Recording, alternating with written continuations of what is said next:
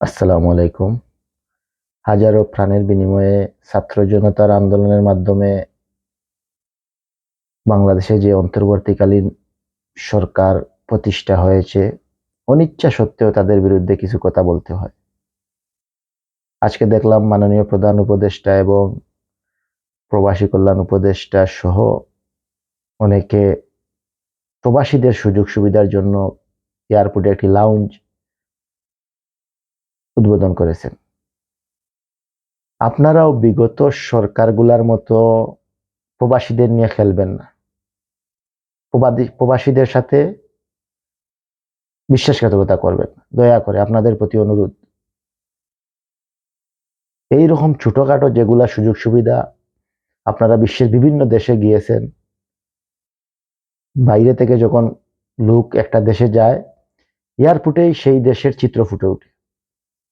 একজন লোক যখন তার নিজের টাকা দিয়ে টিকিট কেটে বেড ট্যাক্স দিয়ে যাবে, এটা একটা এয়ারপোর্ট কর্তৃপক্ষের দায়িত্বের মধ্যে পড়ে। এটা আলাদাভাবে কোনো সুযোগ সুবিধা দেওয়ার কোনো মানে হয় না। আপনারা বিগত দিনে যে জানোয়ারগুলা, বেশিরভাগ জানোয়ারগুলা যে এয়ারপোর্টে কাজ করত, বিভিন্নভাবে মানুষের হয়রানি করতো, তাদের বিরুদ্ধে ব্যবস্থা নেন। নতুন করে ট্রেনি ভালো লোক এখানে বসান, বাস। আর যদি সত্যিকার অর্থে প্রবাসীদের জন্য কিছু করার আপনাদের ইচ্ছা হয়, তাহলে বড় যে সমস্যাগুলো প্রবাসীদের, সেগুলোর দিকে নজর দেন।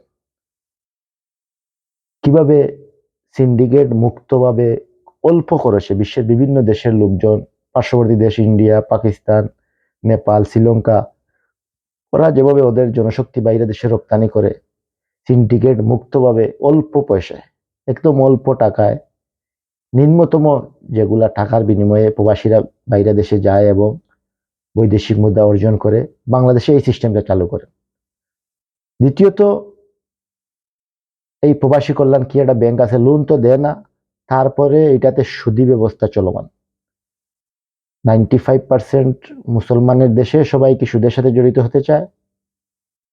যদি আপনারা প্রবাসীদের জন্য কিছু করতে চান, সেইখানে সুদমুক্ত ব্যবস্থা চালু করেন। সহজ শর্তে সুদমুক্ত ব্যবস্থা চালু করেন, যেভাবে একজন প্রবাসী গিয়ে নিজের ফ্যামিলির জন্য এবং দেশের জন্য কিছু অর্জন করতে পারে।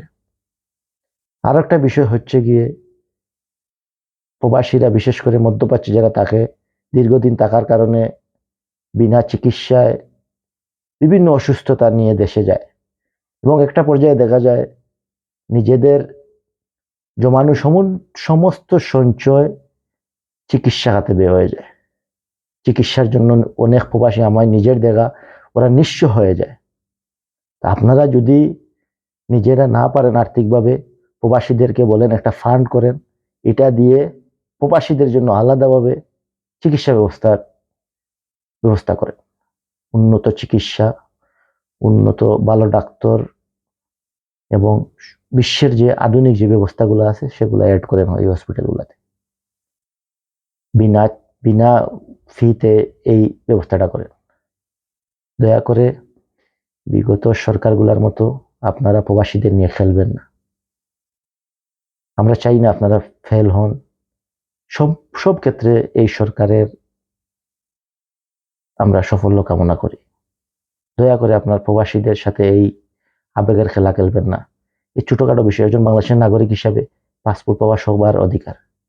এখন আপনার পুলিশ ঘুষ খেলো, কি করলো, পুলিশ ক্লিয়ারেন্স থাকতে, এটা সরকারের ব্যর্থতা। এটা প্রবাসীদের আলাদাভাবে কোনো সার্ভিস দেন, এটা আপনারা বলবেন না। এয়ারপোর্টে আপনাদের লোক কি করতেছে না করতেছে, এগুলো আপনাদের লোকের বিরুদ্ধে অ্যাকশন নেন। এগুলা প্রবাসীরা টিকিট কেটে এয়ারপোর্ট ইউজ করে, ফ্রিতে যায় না। তারপরে শেষ বয়সে প্রবাসীরা এসে দেশে, সবাই তো আর অর্থ করে নিয়ে আসে না, নিঃস্ব অবস্থায় আসে। কিভাবে তাদেরকে পুনর্বাসন করবেন, তাদের নির্দিষ্ট সময়ের পরে বা কোনোভাবে কিভাবে সরকারি অনুদান বা ভাতার ব্যবস্থা করবেন, সেই চিন্তা ভাবনা করেন। এই ছোটখাটো বিষয় নিয়ে টাইম পাস করবেন না। আপনারা কিয়ামত পর্যন্ত ক্ষমতায় থাকবেন না, হয়তো বা 1-2 বছর, তারপরে নির্বাচন দিয়ে চলে যাবেন। কিন্তু এমন কিছু কাজ করে যান যে যার জন্য প্রবাসীরা আপনাদেরকে সারা জীবন মনে করে। দয়া করে তামাশা করবেন না।